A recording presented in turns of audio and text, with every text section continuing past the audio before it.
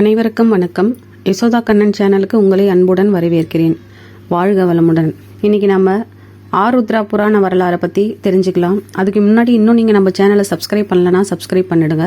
பக்கத்தில் இருக்க பெல் பட்டனை கிளிக் பண்ணிடுங்க. வாங்க இப்போ வீடியோக்குள்ளே போகலாம். மார்கழி மாதம் பௌர்ணமியோடு திருவாதிரை நட்சத்திரம் கூடி வரும் நாளன்று திருவாதிரை திருவிழா ஆருத்ரா தரிசனம் திருவிழாவாக கொண்டாடப்படுகிறது.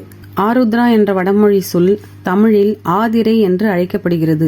அதோடு திரு என்ற அடைமொழி சேர்த்து திருவாதிரை என்று சிறப்பாக கொண்டாடப்படுகிறது. திருவாதிரை அன்று நடராஜ பெருமானுக்கு சிறப்பு அபிஷேகம் ஆராதனைகள் நடைபெறும்.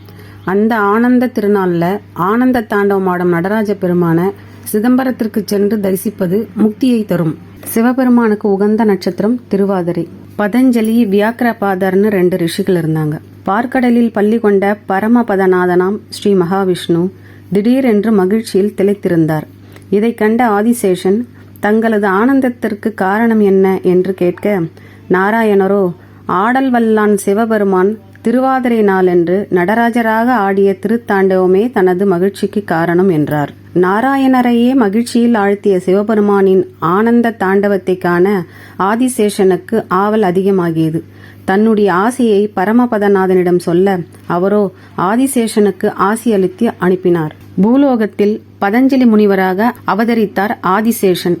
ஆதிசேஷன் பாதி முனிவராகவும் பாதி பாம்பாகவும் உருக்கொண்டு பூலோகத்தில் தவமிருந்தார்.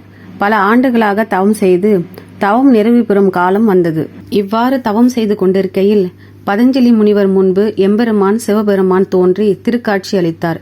அவரை நமஸ்காரம் செய்து வணங்கினார் பதஞ்சலி முனிவர். சிவபெருமான் அவரிடம், நீ என்னை தவம் செய்த நோக்கம் போலவே வியாக்கிரபாதரும் என்னை நோக்கி தவம் செய்து காத்து கொண்டிருக்கிறார். நீங்கள் இருவரும் தில்லை வருவீர்களாக. உங்களுக்கு யாம் திருத்தாண்டவ திருக்காட்சியை காட்டி அருள்வோம் என்று கூறிவிட்டு மறைந்தார். பதஞ்சலி மற்றும் வியாக்கிரபாத முனிவர் இருவரும் சிதம்பரம் தில்லை நடராஜர் கோவிலுக்கு வந்து சேர்ந்தார்கள். இந்த உலகமானது நிலம், நீர், காற்று, ஆகாயம் மற்றும் நெருப்புகளால் ஆனது. இவை அனைத்துக்கும் ஆதாரமாக இருப்பது எம்பெருமான் சிவபெருமானின் ஆனந்த நடனம்தான். இறைவன் அசைவதால் தான் உலகமே அசைகிறது. நான் அசைந்தால் அசையும் அகிலம் எல்லாமே என்பதை போல் எம்பிரானின் நடனம்தான் உலகை வாழ்விக்கிறது. நடராஜரின் நடனம் மட்டும் மொத்தம் 108. இதில் சிவபெருமான் மட்டும் தனித்து ஆடியது 48. அங்கு 2 முனிவர்களும் எம்பிரான் சிவபெருமானின் நடராஜரின் ஆனந்த தாண்டவத்தை கண்டு மகிழ்ந்தார்கள். மார்கழி திருவாதிரையான அன்று எம்பெருமான் ஆடல் வல்லான் நடராஜரின் தரிசனத்தை கண்டால் தீராத நோய்களும் பாவங்களும் விலகும். தில்லையில் சிவபெருமானின் நடனத்தை பார்க்க முக்தி கிடைக்கும்.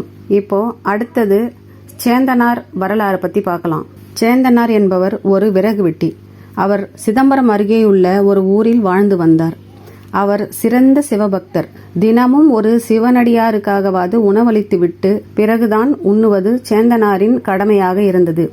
சேந்தனாரின் பக்தியை உலகுக்கு உணர்த்த சிவபெருமான் திருவுள்ளம் கொண்டார். ஒரு நாள் மழை பெய்தது. அதனால் விறகு விற்க முடியவில்லை. விறகு விற்றால்தான் அரிசி வாங்குவதற்கு பணம் கிடைக்கும். எனவே அவரால் அன்று சமையல் சமைக்க முடியவில்லை. மாறாக வீட்டில் இருந்த கொஞ்சம் அரிசியை பொடித்து மாவாக்கி அதில் களி செய்து சிவனடியார் யாரேனும் வருவார்களா என்று எதிர்பார்த்து காத்து கொண்டிருந்தார். ஆனால் யாரும் தென்படவில்லை. மனம் நொந்தவரின் வீட்டில் சிவபெருமான் சிவனடியார் வேடம் பூண்டு சேந்தனாரின் வீட்டிற்கு சென்றார். சேந்தனாரிடம் உண்ண ஏதாவது இருக்கிறதா என்று கேட்டார். அவரோ அகமகிழ்ந்து களியை அவருக்கு அன்போடு அளித்தார். அதை அன்போடு மனமகிழ்ந்து ஏற்றுக்கொண்டார் சிவபெருமான். எஞ்சி இருந்த களியை எனக்கு அடுத்த வேலைக்கு உணவிற்கு தருவாயா என்று சேந்தனாரிடம் கேட்டு வாங்கி கொண்டார். சிவனடியார் வேடத்தில் வந்த சிவபெருமான் அன்று இரவில் சிதம்பரத்தில் உள்ள அரசனின் கனவில் சிவபெருமான் காட்சி கொடுத்தார். சேந்தனார் என்ற பக்தனின் அன்புக்கு கட்டுப்பட்டுதான் சேந்தனார் வீட்டில் களி உண்ட செய்தியை கூறினார். மறுநாள் அதிகாலை வழக்கம் போல் தில்லை வாழ் அந்தணர்கள் சிதம்பரம் கோவிலின் கருவறையை திறந்தார்கள். அப்போது எம்பிரானை சுற்றி களிச்சிதறல்கள் இருப்பதை கண்டார்கள். இது என்ன அதிசயம் என்று வியந்தார்கள். உடனே அரசருக்கு செய்தியை தெரிவித்தார்கள். இதை கேட்ட அரசன் நேற்றிரவு தான் கண்ட கனவை நினைத்து மகிழ்ந்தான். அப்போது சிதம்பரத்தில் தேர் திருவிழா நடந்து கொண்டிருந்தது. அரசன் உட்பட அனைவரும் அங்கு இருந்தார்கள். சேந்தனாரும் அந்த தேர் திருவிழாவிற்கு வந்திருந்தார். அரசர் மற்றும் அனைவரும் எம்பிரான் சிவபெருமானை தேரில் அமர்த்தி தேர் வடம் பிடித்தார்கள். தேர் நகரவே இல்லை. மழை காரணமாக சேற்றில் சிக்கிய தேர் அசையாமலும் இருந்தது. மன்னன் மக்கள் அனைவரும் மனம் வருந்தினார்கள். அப்போது ஓர் அசரீரி கேட்டது. சேந்தா, நீ பல்லாண்டு பாடு என்று அசரீரி கேட்டது. சேந்தனாரோ, ஒன்றுமே அறிந்திடாத யான் எப்படி பல்லாண்டு பாடுவேன் என்று எம்பிரானை வணங்கி தொழுது நின்றார். எம்பிரானோ, யாம் உனக்கு அருள் புரிவோம் என்று அருள் புரிந்தார். அப்போது சேந்தனார் மண்ணுகத்தில்லை என்று தொடங்கி பல்லாண்டு கூறுதுமே என்று முடித்து 13 பாடல்கள் எம்பிரானை வாழ்த்தி வணங்கி பாடினார். உடனே தேர் அசைந்தது. அரசரும் சிவனடியார்களும் சேந்தனாரின் திருவடிகளில் விழுந்து வணங்கினார்கள். சேந்தனாரோ, அரசன் அடியவனின் காலில் விழ வேண்டாம் என்று தயங்கி கூற, அரசரோ, நடராஜ பெருமானே தங்களின் வீட்டிற்கு களி உண்ண வந்தார் என்றார். நீங்கள் எப்பேற்பட்ட பாக்கியசாலி என்றார் அரசர். அதை கேட்ட சேந்தனார் எம்பிரான் அடியவர்கள் மீது வைத்திருந்த கருணையை எண்ணி இந்த அடியேனின் வீட்டிற்கு வந்ததை நினைத்து பரவசமடைந்தார். இதன் காரணமாக திருவாதிரை அன்று களி உண்ண வேண்டும் என்று சொல்லப்படுகிறது. அன்றைய தினத்தில் ஆடல் வல்லானின் அனைத்து திருத்தலங்களிலும் களி படைக்கப்படுகிறது. அதனால்தான் திருவாதிரை அன்று ஒருவாய் களி என்ற பழமொழி வந்தது. ஆதிரை முதல்வனுக்கு களி செய்து வணங்கி அவரின் திருவடியை அடைவோமாக. முதலில் ஆருத்ரா தரிசனம் கொண்டாடப்பட்ட தலம் எது தெரியுமா? திரு உத்தரகோசமங்கை. இங்குதான் முதலில் ஆருத்ரா தரிசனம் கொண்டாடப்பட்டது. நவரத்னங்களில் ஒன்றான பச்சை மரகதம் இயற்கையாகவே மென்மையானது. ஒலி அதிர்வுகளை தாங்க முடியாத தன்மை கொண்டது. மத்தளம் முழங்க மரகதம் உடைபடும் என்ற சொல்லிற்கேற்ப ஒலி அதிர்வுகளிலிருந்து இந்த சிலையை பாதுகாக்கிறார்கள். ஆண்டுக்கு ஒருமுறை திருவாதிரை திருநாளில் மட்டும் பக்தர்களின் தரிசனத்திற்காக சந்தனம் களையப்பட்டு அன்று இரவே மீண்டும் சந்தனம் பூசுவது வழக்கமாக இருக்கிறது. இன்றைய தினம் திரு உத்தரகோசமங்கையில் சந்தனம் களையப்பட்ட நிலையில் மரகத நடராஜரை தரிசனம் பண்ணலாம். நாளை ஆருத்ரா தரிசனம் முன்னிட்டு காலை 32 வகையான அபிஷேகங்கள் செய்யப்படும். 32 வகையான அபிஷேகம் முடிந்ததும் தீபாராதனை நடைபெறும்.